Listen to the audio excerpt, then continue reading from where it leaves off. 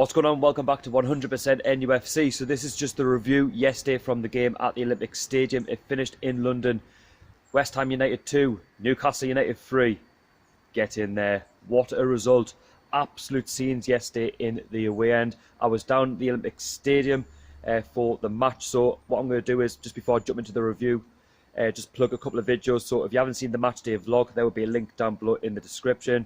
And all I'm going to say, scenes, limbs, everywhere. I just couldn't believe it. Like, I couldn't believe what I was actually seeing with my own two eyes down at the Olympic Stadium. So go on, check it out. And please, if you do enjoy the vlog, please subscribe to this channel as well. I do have a quick thought as well from the Olympic Park, like just talking about the final result and what it means for the club, you know, going forward.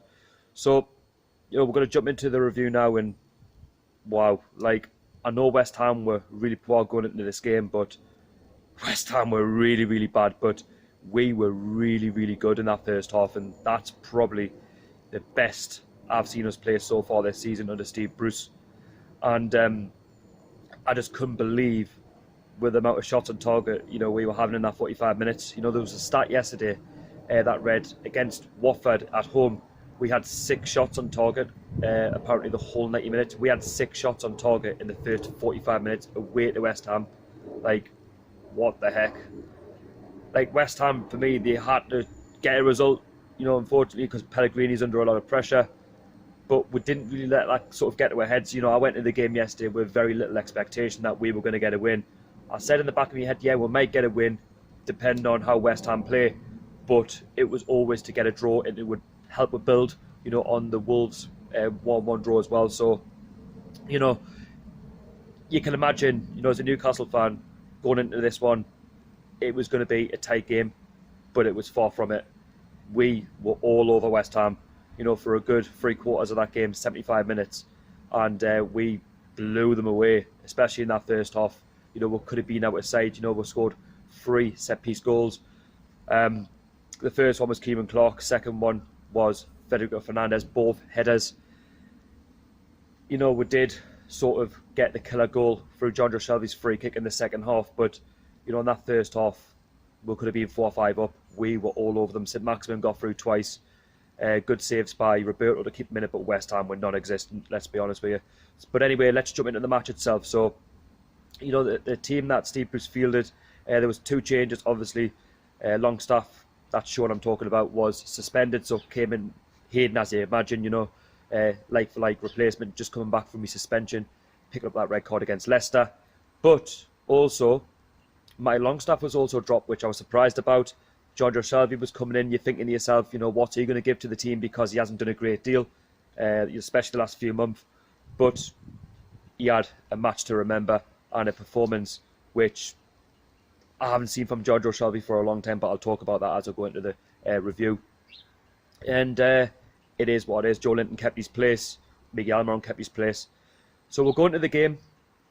We're all over West Ham. We do take the lead through Kieran Clark from a header. So John Joe Shelby, obviously there was a foul which led to the free kick. Shelby put the ball in across, and it fell to Joe Linton, who just basically headed it across to, you know, Kieran Clark, who was there just to put it into the top left-hand corner, and it's 1-0 tune. We're in absolute dreamland at this point. But West Ham, for me, just don't wake up, and then, you know, we'll go on and, you know, we'll get another goal through Williams cross in, and who's there? Federico Fernandez, of all people, to head in past Roberto to make it 2-0 to the tune. We're thinking to ourselves, what the heck's going on here? Like, we're 2-0 up away to West Ham. They haven't shown absolutely anything in terms of fight. And, like, we can't let this slip now. But then, you know, we'll have chance on chance on chance to go and make it 3. St. Maximin was through 1-on-1 with Roberto. Good save, but should do better. Should put that in. Really, the West Ham defenders aren't catching up. We're getting in far too easily. He gets in again. Another good save by Roberto. He does get another opportunity. He just pokes it across. But, again, went begging. So, we'll go. West Ham do have a couple of opportunities going into half-time. There was a good save, you know, from Martin Dubravka out of a Valbuena header. But we do get lucky there, because if West Ham do get back into the game at 2-1 half-time, there's any chance, or there's every chance, that they can go on and get a result. But we'll go in half-time 2-0 up, but we are still cursing our bad misses there, that we could have been 3 or 4, 5 up. That says a lot, down at the Olympic Stadium. And anyway, second half, we'll basically continue the way we left off. West Ham all over the place, and we'll get a free kick. And what a free kick by John Joe Shelby to put it over the wall and pass Roberto into the bottom left-hand corner, should I say. And 3-0, you're like, what the heck? We're in dreamland. There's absolute limbs, there's scenes everywhere. I'm going absolutely mental in the vlog. I can't believe what I'm witnessing. And West Ham, that's probably the worst I've seen them start. Not just the first half, but the second half, and they're 3-0 down. But I always had that feeling in the back of my head that, if we sit back and we don't continue, to press forward, West Ham are going to have opportunities. And, they did have opportunities, to go on and potentially get back into the game. They did get a goal back after the 70-minute mark, and that was through Valbuena. A simple finish, really, from his standards, but poor marking by us, and they've got a lifeline they're back into the game. And then just going on to the 90th minute, we do make a couple of substitutions. St. Maximin comes off, Atu comes on, Carroll comes on. But when you lose Maximin, your paciest winger, we are sort of sitting back, soaking up the pressure. But Snodgrass does get another goal back for West Ham to make it 3-2. And I'm not going to lie, I was panicking, I was nervous. 3-2, we should have had the game wrapped up. West Ham, they were one goal away from making it, 3-3. And I'm thinking, we can't lose it from here, surely not. This would be absolutely ridiculous. But we didn't. We managed to hold on in the end, and we managed to get a fantastic 3-2 victory. That's now the second win at the Olympic Park. We did lose last season, but we did win 2 seasons ago under Rafa 3-2 as well. I mean, I'm not being disrespectful towards West Ham, and people are going to look at this result thinking it was a close game. It was far from it. West Ham did not show up until at least the 75th minute. We should have scored more. I'm not being funny.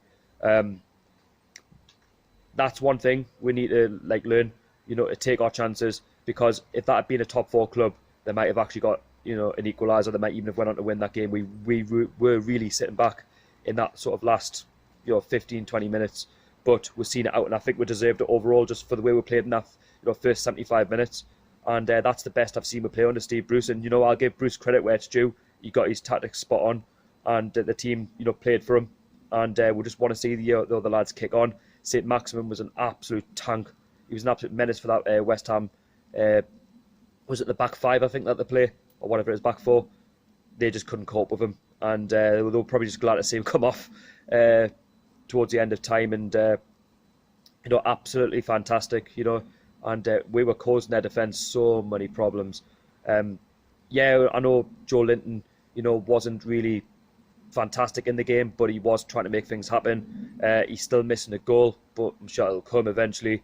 Same with Almiron, he was getting in some promising areas. We did have a goal ruled off, should mention, and it was apparently offside. Couldn't quite see from where I was sitting, but we still managed to get the the win in the end. And if you look at the Premier League table, we are now currently sitting 15th in the Premiership, which is decent.